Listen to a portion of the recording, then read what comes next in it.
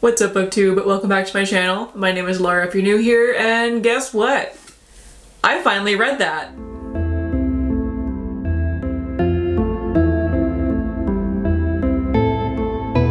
Welcome to episode 2 of I Finally Read That, a series where I finally read all of the very many books that all of you know and love, but I haven't gotten to yet because I am the worst reader in the world and I just suck, basically. There are a whole lot of books that like literally the entire world has read and loved and like hype train galore, but I missed out because university sucked and just took any spare time that I had and turned it into studying and reading books for school and not being able to read for fun. So I've missed out on a whole lot, which I'm now trying to catch up on. If you want to know which books and authors and series that I'm planning on reading for this series, I will leave the announcement video linked down below where I go through the list that I have of like everything that I want to read for this series. So that'll be down below. But for this time, I have finally, at long last, read A Darker Shade of Magic by V.E. Schwab. This is my first time reading her adult novels. I have read her Cassidy Blake series, which is middle grade, but I had never read anything else that was not middle grade from her before. I have finally done that at long last, and I fucking loved it. This was incredible.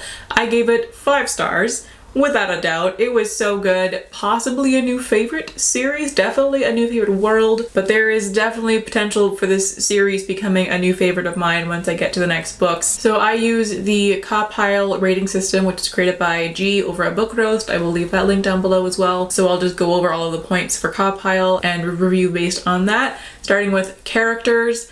I fucking love these characters. Oh my gosh. I love literally all the characters. There was nobody who I was just kind of meh about. I really enjoyed all of the characters so much. Kel is a cinnamon roll and I want him to be happy forever. I love him so much. Kel is so far my favorite character. I think he's really fun and interesting. He's a little bit sarcastic, at least when it comes to him and Lila. I love his relationship with his brother Rye. I think his whole backstory and everything is really interesting, and I really hope we get to see more of like his history and everything in the next books. I'm a very, very big fan of Kel, especially him and Lila just as a team. I think they're so fun, and just like Lila as a character as well. I think she's fantastic and very, very well done. I like that she's just such a prick. Like she's just always ready to fight. Because like in my head, I'm picturing Lila for some reason. I'm not sure if she was explained this way or if it's just my own head, but to me, Lila is like a super tiny, like 5 nothing ball of rage who just always has a knife out at any point in time and is willing to throw hands over the smallest things. I love that. I'm here for that. I wish her the best. I think she's just such a fun character, and I can't wait to see where she goes. I like high-key hope that she becomes like this cool-ass pirate villain, and like the finale of the series is Kel and Lila like having to battle it out to the death because Lila's become this like huge pirate villain. I need that. I really need that. For some reason, I really enjoy when main characters turn into villains. I just really enjoy villain characters. So every time that I have a character who's like a little bit feisty, I'm like, you'd make a great villain. Please do it. So I kind of hope that's where things go with Lila. Maybe. I mean, like, I doubt that'll happen, but if it does, I would not be mad about it at all. I'd be so here for that. I want Kel and Lila to just fight to the death. What's wrong with me? I also really liked Holland as a character. I thought he was really interesting. He's a very quiet, sinister, kind of cruel. Underneath, he's not really that cruel. It's just that his life and his circumstances have made him be a certain way, but I think he might actually be a sweetheart underneath all that. Maybe he's not. Maybe I'm just reading into it because I really like him. But still, in that regard, I like him because he's an asshole, because he's cruel.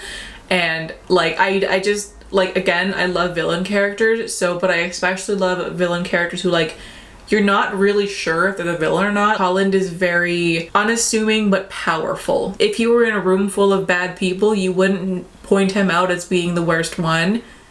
until you saw him do something, you know? Like he strikes me as like that kind of guy, and I think he was so fun. I really enjoyed him and Kel's relationship. I really want to know more about their backstory. I just want to see like flashbacks of their history and like how they met, what they've been like over the years together. I think that would be a really interesting thing to see between the two of them, because I feel like they're friends, but they're also like, they would kill each other if they were told to or if they had to, but like they'd also go and get a cup of coffee together at some point and just like chill out.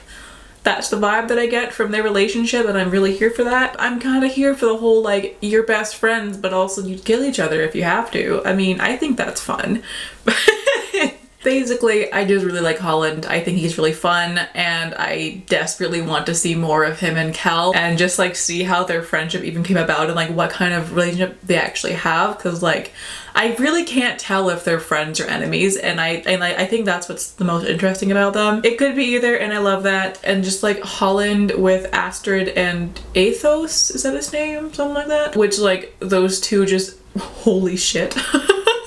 I love them as villains. I think they are such successful villains. They're so evil, like they, and like, cause like, again, I love villains, but I also really enjoy when villains don't actually have a reason for being evil. They just enjoy it. I think that just adds a whole other layer to it, because it's like they're not working towards some greater good, or in their mind what they think would be a greater good. They don't have any rhyme or reason. They just really enjoy fucking with people, and they really enjoy hurting people. I think that's so fascinating to read and to kind of get into the mindset of that character.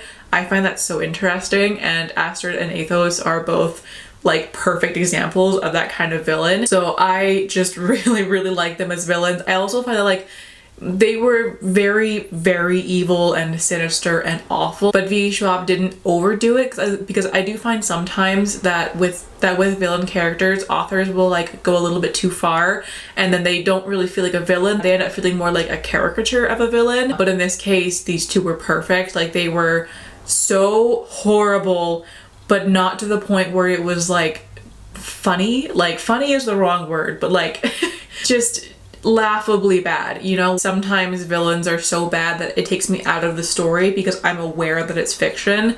Whereas in this case, like I obviously am still aware that it's fiction because like they can do magic, but they're just the right amount of evil that I could see it being plausible. Like if I lived in a world where magic existed, I could see that kind of person being a dictator and like being that kind of ruler. Whereas when they go too far, it's like, okay, like come on, this is laughably bad, you know? These two are not that. They are just the perfect amount of horrible, and I just really want to get into their minds. Like I would gladly read a whole book just about those two and like how they rose to power and like how they got their throne and everything. I think that'd be so fascinating. If V. Schwab ever wrote that, I would be the first one to read it. But that is all for the characters. So moving on to the atmosphere, which if you know me, then you know that the world of a book is the best part for me. It's my favorite thing, and this one did not disappoint. Oh my god.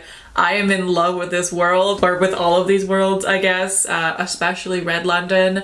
Red London just completely stole my heart. I'm interested in all of them. I think White London is fascinating, and I really hope we spend more time there in future books. But Red London, oh, I want to go. Oh my gosh, I love Portal Fantasy, guys. I can't even explain to you how much I love Portal Fantasy. It just makes me so happy. I relate so hard to Lila, where like, if somebody ever gave me the option to go to a different world, even if it meant I might die along the way, I'd be down. If I'm being honest, I don't think I would even hesitate. Like, sorry friends, sorry family, but like, peace out, I'm going to Red London. Like, so as much as I do absolutely adore the world building, this is where my one critique comes in, and that is that I don't think we got to like see enough of the world. I would have really loved to have Lila spend more time being able to just marvel at the splendor of Red London the first time that she goes there, because like Kel had been hyping it up basically and like telling her how amazing it is and like if only you could see my London and all this stuff, and then she gets there and it's like right in the middle of these festivities and everything is wonderful, and like she does have a little bit of time to just like look around and just be like, holy shit, this is amazing. And I loved that, because in that case Lila is us. Like Lila is seeing Red London the same way that we would, which is as a newcomer, as somebody who'd never seen magic before. So I would have loved if we'd gotten to spend just a little bit more time with Lila being able to just explore Red London. I think it would have been really fun if while Kel and Lila were traveling towards their various destinations and walking through the city, if we would have had like just a little bit more description of like what things looked like. I think that would have been the only thing that would have made this perfect for me. I think that's the one thing that's stopping this from being a new favorite book of all time, is just because I didn't quite feel immersed enough in the world, even though I fell in love with it and like that, like this world will definitely stick with me forever. It didn't quite give me enough of the atmosphere of it for it to be a new favorite. Very, very close though. So that's like my only gripe with this book, is just I just needed more description, but like that's very much a me thing because I'm a sucker for a good world and I thrive off of descriptive worlds and world building and everything. So like that's totally just a me thing. It also like didn't really affect my rating very much. It still got 5 stars. Still in love with this world and I really can't wait to see more of it in the future books. Just really hoping that we get more world building later on. Moving on to the writing, I really enjoy V. Schwab's writing. I was really curious to see how her writing would differ between her middle grade series and her adult books. It was a bit different, but that's more in terms of like plot. This is obviously a much darker plot, but her writing still felt like her, you know, which I really enjoyed. Her writing is very straightforward, to the point. It's a little bit flowery here and there, but not that much, which like I really enjoy flowery writing, so I would have been fine if it was a little bit more flowery. But with her writing being as kind of simple as it is, it does make her books very, very readable and very easy to grasp and understand, and I'm not sitting here like confused as hell trying to figure out what's going on. That definitely happens when things get too flowery. So I think she has a really nice balance of being simple and descriptive. She's kind of like nicely in the middle there. So I am a big fan of V.E. Schwab's writing. I just love it. It's so good. So for the plot, I'm looking at the notes that I wrote while reading this right now, and the very first note that I wrote for the plot was just, oh hell yeah, that's some good shit right there.